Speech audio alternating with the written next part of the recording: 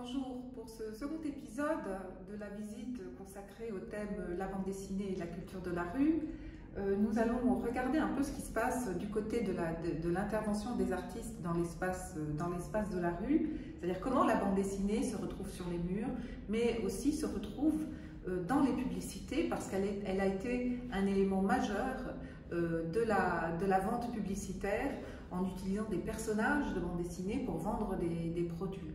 Donc il y a à la fois les publicités qui concernent les produits mêmes de la bande dessinée, et puis il y a des produits qui vont utiliser des personnages de bande dessinée, comme Pepsi Cola ou Coca-Cola, ou aussi des soupes, différents types de produits alimentaires qui vont utiliser des personnages, des héros et des héroïnes de bande dessinée pour se vendre.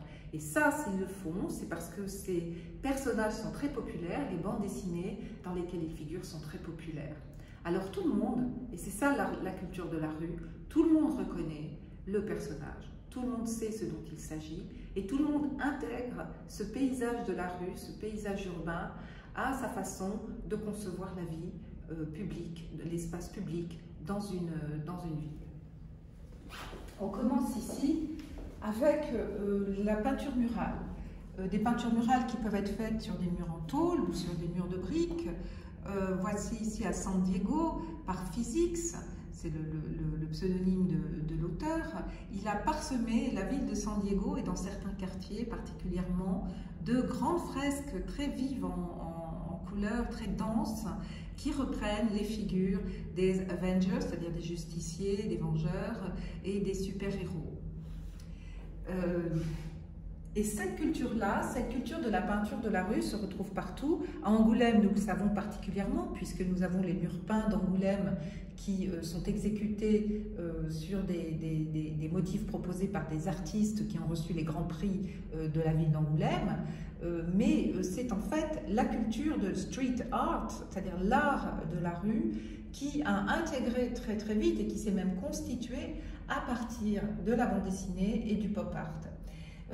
À côté de San Diego, nous avons une image faite peu après la chute du mur de Berlin.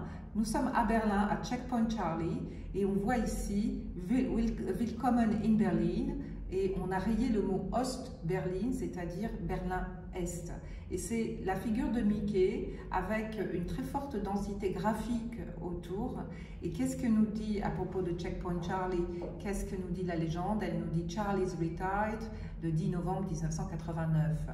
Charlie a pris sa retraite le 10 novembre 1989, c'est-à-dire c'est la fin du Checkpoint Charlie.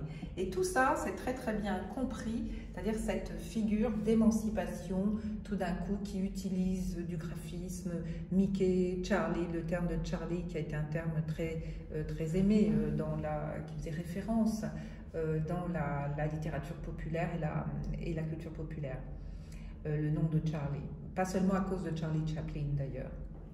Enfin, ici, à Castelmaggiore, en Italie, nous avons Fabrique qui fait des fresques entières, enfin plutôt des peintures murales entières, avec des personnages tirés des comic books de super-héros, avec Batman, Spider-Man, Superman, Captain America, etc. Et il donne comme ça une dynamique dans toute la ville, il interpelle les passants, et ce sont des espaces toujours assez fréquentés. Ce sont des croisements de rues, ce sont des espaces publics qui ne sont pas isolés, contrairement à ce que les photos par moments peuvent laisser croire. Il s'agit d'espaces très très fréquentés qui sont au croisement d'avenues, au croisement de rues, et que tout le monde peut voir. Enfin, la dernière utilisation de la bande dessinée dans la culture de la rue et dans la publicité, eh bien, c'est quand on fait des murs peints pour faire la publicité du dernier film des Avengers. Et on a ici un mur assez phénoménal, photographié par Olga Volodina, voilà, photographié par Olga Volodina, et qui nous montre la publicité pour annoncer la sortie d'un film. Dans l'espace de la rue, à part les murs peints, il y a aussi des publicités, je le disais. On voit ici un comic store, un magasin de bande dessinée à New York qui a mis sur sa vitrine tous les personnages les plus populaires et les plus connus du monde des super-héros, des X-Men, des Watchmen, etc. En dessous, nous sommes en Thaïlande. En Thaïlande, dans une brocante, on voit comme ça, par exemple, un buste de Superman et d'autres articles qui rappellent l'univers de l'art populaire, de la culture populaire, de la bande dessinée ou aussi du dessin animé, du film. Tout ça se mêlant joyeusement à des éléments plus anciens ou plus divers, tels que du mobilier ou d'anciens appareils ménagers ou des éléments de jardin également. Un autre aspect, c'est la présence des figures de films. Ici à nouveau les Avengers et nous avons donc les Avengers qui sont dans le métro. Donc ces films aussi mettent en scène la présence de ces super-héros dans la rue, et ça c'est depuis le début de Superman. On voit Superman intervenir dans la rue, seulement Superman se cachait officiellement, il cachait son identité de super-héros. Ici, les super-héros en lutte circulent sous les yeux de tous et à l'étonnement de tous pour régler leur compte et mener leur lutte pour la justice. Un autre moyen dans la rue de repérer la bande dessinée, de voir à quel point la bande dessinée est un décor, un motif qui est affectionné par tous, eh bien c'est le parapluie. Par exemple, il y a beaucoup de journaux ou de sociétés commerciales qui vont utiliser la bande dessinée comme motif pour des parapluies qui sont porteurs évidemment d'une publicité, d'un message publicitaire.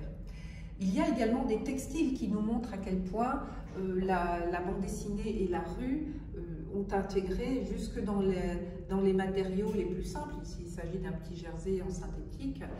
Dans les matériaux les plus simples, eh bien, on crée des motifs d'impression amusants pour faire des vêtements. Enfin, à propos du vêtement, il y a bien sûr des éléments majeurs tels que le phénomène du cosplay, c'est-à-dire du costume play, qui fait que les gens, ce ne sont pas toujours des enfants, ce sont plutôt des adultes et des adolescents, des lycéens, mais aussi des adultes qui en font même parfois un métier. Les gens se costument, fabriquent leur costume et se costument en héros et en super-héros. Et on les voit ici se rendant au Comic-Con dans le métro.